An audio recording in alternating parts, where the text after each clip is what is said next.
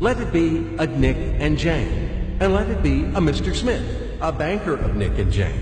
They both keep their money in his bank. That's why we use the title Mr. Smith with respect. Nick really wants to buy, well, let's say Jane's bicycle, but he has no money.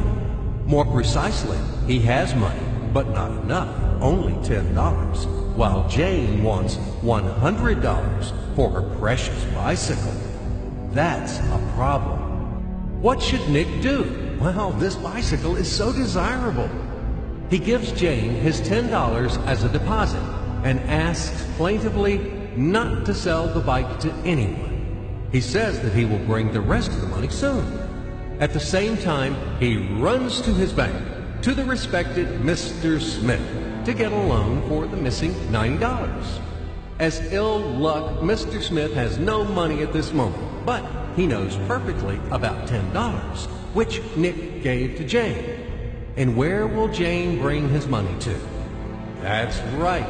She will put these $10 in her lovely bank to the same Mr. Smith.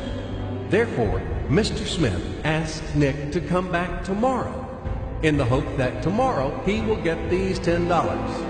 And everything happens this way. The next day, Jane brings $10 to the bank.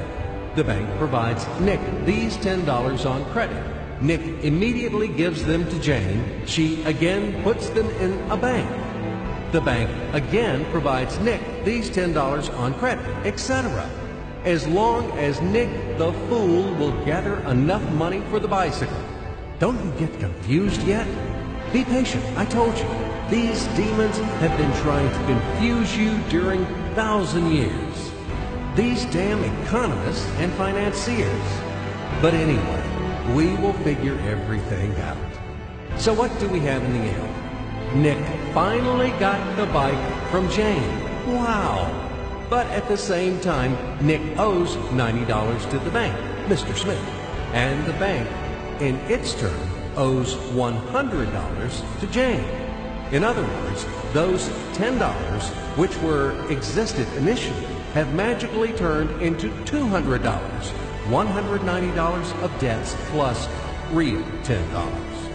But these $10 would also turn into $1,000, even in a million or a billion, if Nick would make a more expensive purchase. In this case, our $10 would make the increasing number of its cycles, circuits from hands to hands. That's it. So, what happens in today's world? SOS! It appears that banks also make money out of thin air and multiply them. Not only Fed can produce money, but banks either. In short, everybody can do this, except you and me. We are not in the business at this celebration of life. I would like to print or draw some money as well. In fact, these banks multiply money without any control. And we're still wondering why the banker lives better. What are naive fools are we? Now it is clear why. The one who produces the money, of course, lives better. But this is not enough.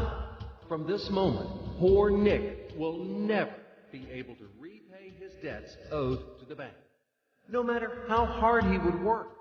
Silly Nick doesn't know it yet, that he's in slavery to the bank, in credit bondage forever, because those $90, which he owes to Mr. Smith, do not exist in nature at all. Sly Mr. Smith made his money out of nothing. He created them out of thin air, just one click. And $10 turned into $200.